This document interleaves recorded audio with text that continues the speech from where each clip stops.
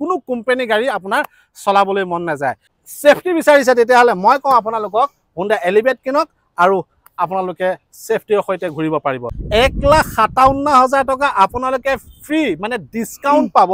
Honda City ইয়াতে আপুনি voice command পাই যাব ক্ৰুজ কন্ট্ৰোল পাই যাব এনে ধৰণৰ এখন গাড়ী আমি সকলোৱে বিচাৰো সিডান কাৰ মাই গড 1,61,000 টকা আপোনালোকে অফাৰ পাব যদি আপোনালোকে Honda Elevate কিনে কেন Honda Elevate যেতিয়া আপোনালোকে এই পাইলটৰ সিটত যেতিয়া বহিব তো ইয়াত আপোনালোকে বিভিন্ন ধৰণৰ ফিচাৰ্স পাব সবতকৈ ডাঙৰ মানে ফিচাৰ্সটো হৈছে 6 এয়াৰ ব্ৰেক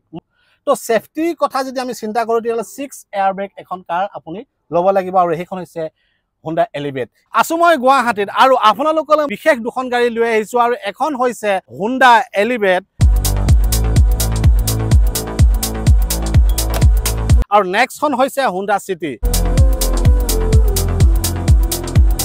ইয়াৰ সাসপেনশন আৰু ইয়াৰ কমফৰ্টেবল প্ৰিমিয়াম সেগমেন্টৰ কাৰ গতিকে এই দুইখন গাড়ী মই আপোনালোকক আজি সম্পূৰ্ণ এক্সপ্লেইন কৰি আপোনালোকক বুজাই দিম যে এই Honda City আৰু Honda Elevate বিশেষ কিয় ৰাইজে কিনি আছে আৰু এখন হৈছে কম্পেক্ট এসইউভি কম্পেক্ট এসইউভি বুলি কোৱা লগে লব যদি যায় মই আপোনালোকক সাজেষ্ট কৰিম আপোনালোকে Honda Elevate লব লাগে কম্পেক্ট এসইউভি ভিতৰত ৰজা গাড়ী সাসপেনশনৰ পৰা আদি কৰি একদম ইঞ্জিনৰ পৰা আদি কৰি আপুনি ইন্টেৰিয়ৰ মানে যিমান যি ফিচাৰ্স আছে লাক্সাৰি টাইপত আমি ফুৰিব বিচাৰো ঘূৰিব বিচাৰো থাকিব বিচাৰো তেতিয়াহলে আপোনাৰ কাৰণে মই ভাবো যে আপুনি সিডান কাৰ এখন লওক Honda City লওক Honda City যদি আপুনি জীৱনত যদি এবাৰ চলাইছে নহয় আপুনি বেলেগ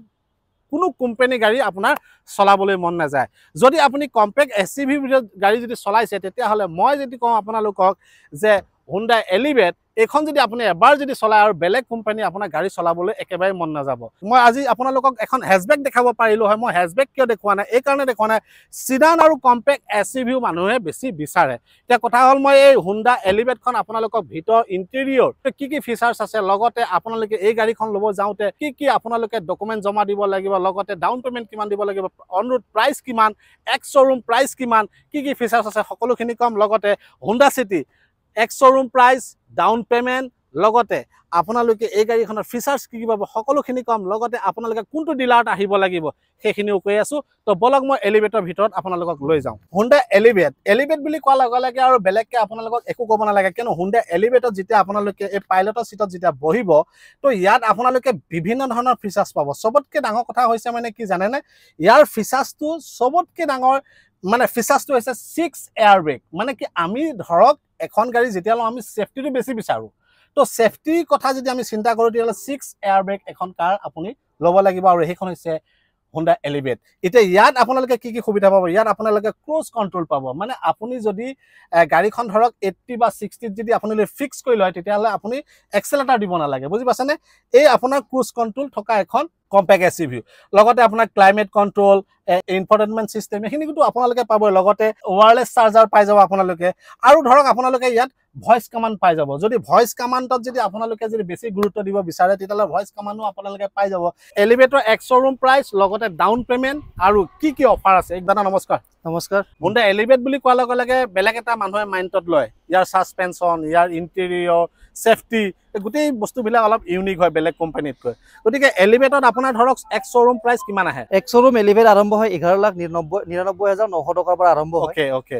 আৰু ধৰক ডাউন পেমেন্ট কিমান দিব লাগিব ডাউন পেমেন্ট যদি চাও ইয়াৰে মিনিমাম ডাউন পেমেন্ট মানে 15% হয় 15% দিলে মানে 1.5 লাখ মান টকা এক্স্যাক্টলি ওকে আৰু ইয়াৰ মানে ধৰক আপোনালোকে এলিভেটৰ এনে ধৰক যেটো অফাৰ আছে ৰাইজটো অফাৰ বিচাৰে ডেফিনেটলি মই বিচাৰো আপুনি বিচাৰে তো মোৰ নিচিনা এজন যেতিয়া ব্যক্তি আহিব প্ৰথম অফাৰ কথাটো জানিব বিচাৰে গতিকে এই অফাৰটো কিমান আহিছে স্যাৰ এইখনৰ অফাৰ এলিভেটৰ অফাৰ এটা 1,61,000 লৈকে অফাৰ চলি আছে বৰ্তমান ও মাই গড নৱেম্বৰ 1,60,000 61,000 স্যাৰ 60,000 নহয় 1,61,000 টকা লৈকে আছে মাই গড 1,61,000 টকা আপোনালোকে অফাৰ পাব যদি আপোনালোকে Honda Elevate কিনে লগতে এখন আপোনাৰ এক্স শ্বৰুম প্ৰাইস কিমান 11,95,000 এখন শ্বৰুম আৰম্ভ হয় টপ মডেল নে আমাৰ বেস মডেল 11,95,000 ৰ পৰা আৰম্ভ ওকে বেস মডেলটো 11,95,000 ৰ পৰা ষ্টাৰ্ট হয় 95,000 পৰা আৰম্ভ লগতে আপোনাৰ এখনৰ ডাউন পেমেন্ট কিমান দিব লাগিব Honda City চানিয়াৰ 15% মানে 1.5 লাখ টকা হয় ওকে 1.5 লাখ টকা আপোনালোকে এখনটো Honda City টো আপোনালোকে ডাউন পেমেন্ট দিব লাগিব আৰু এই Honda City আপোনাৰ অফাৰটো কি আছে অফাৰ যদি চাও মই খুকি হম আপোনাক ক'ব 1,57,700 লৈকে আপোনাৰ ইয়া স্কিম আছে 1,57,000 মানে 1,57,000 হয় 1,57,000 টকা আপোনালোকে ফ্ৰী মানে ডিছকাউণ্ট পাব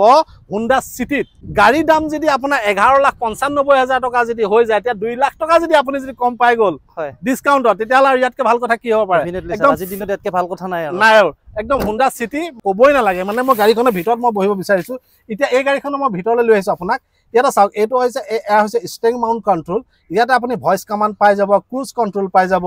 মানে আৰু কি কি নাপায় আপুনি। লগতে আপুনি ধৰক ক্লাইমেট কণ্ট্ৰল,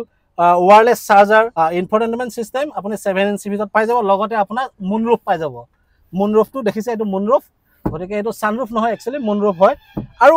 এনেধৰণৰ এখন গাড়ী আমি সকলোৱে বিচাৰোঁ, চিডান কাৰ। গতিকে চিডান কাৰৰ কথা বিশেষকৈ একো ক'ব নালাগে। মই বেক চাইডটো দেখুৱাই দিব বিচাৰিছোঁ গাড়ীখনৰ। গাড়ী এখনত যেতিয়া এনেকৈ ৰখি একপি ফটো মাৰিব, তো আপোনাৰ ফিলিংছটো বেলেগ হৈ যাব, বুজি পাইছেনে? মানে মনত এটা ভাৱ পুহি ৰাখিছে যে মই এখন জীৱনত কাৰ কিনিম, তেতিয়াহ'লে আপুনি এখন চিডান কাৰ কিনক, হুণ্ডা চিটি কিনক। বহুত লেক্সাৰী ফিল পাব, লগতে প্ৰিমিয়াম ছেগমেণ্ট, ছাছপেনশ্যনত ৰজা, আৰু লগতে আপোনাৰ ইণ্টেৰিয়ৰ ৰজা। গতিকে এইখনেই হৈছে হুণ্ডা চিটি।